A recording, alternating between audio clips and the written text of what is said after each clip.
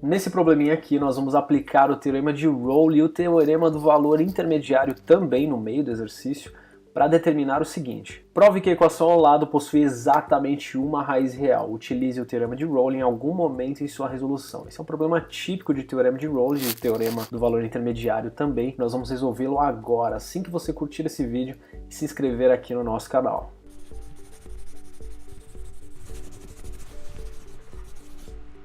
Então vamos lá, provar que essa equação possui somente uma raiz real. A primeira coisa que nós vamos fazer é criar uma função através dessa expressão. Portanto, nós temos nosso f de x, que é igual a x à sétima mais x à quinta, mais 3x ao cubo, mais 2x, mais 1. E o que nós precisamos fazer agora, primeiramente, é encontrar a primeira raiz, é determinar que a primeira raiz, ela de fato existe, para somente depois comprovar que só existe aquela raiz. Como é que nós encontramos a primeira raiz? Nós utilizamos o teorema do valor intermediário. Pelo teorema do valor intermediário, nós temos uma função f contínua em um intervalo AB, sendo que o f de A é diferente do f de B. Sendo L qualquer valor entre f de A e f de B, então existe pelo menos um número C tal que esse f de C seja igual a L. Nossa, calma, não entendi nada. Como é que funciona isso?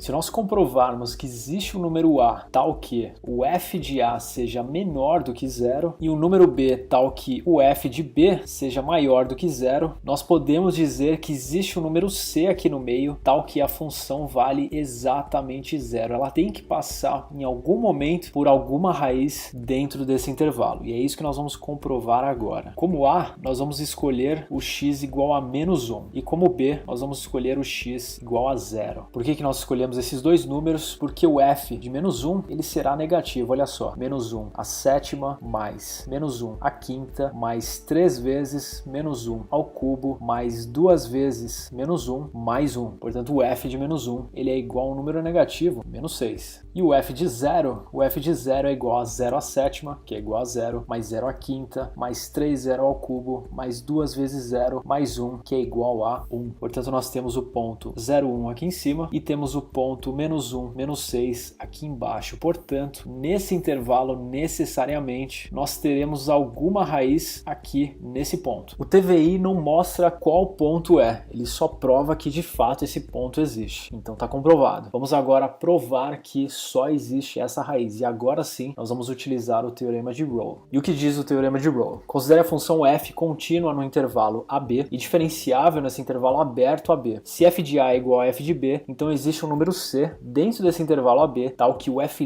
de C seja igual a zero. Cuidado para não confundir o A e B escolhido no passo anterior com o A e B que nós vamos escolher agora. Vamos chamar essa raiz de C. Vamos dizer que aqui nós temos uma raiz em x igual a C. Portanto, todos esses A's aqui, eles viram C's. E no caso, o C, que aparecia aqui e aqui, a gente vai trocar por uma outra letra daqui a pouquinho. Vamos supor e nós vamos comprovar que não é verdade por contradição, mas vamos supor que exista outra raiz aqui no ponto D, onde o x vale D. Portanto, vamos trocar esse B por D.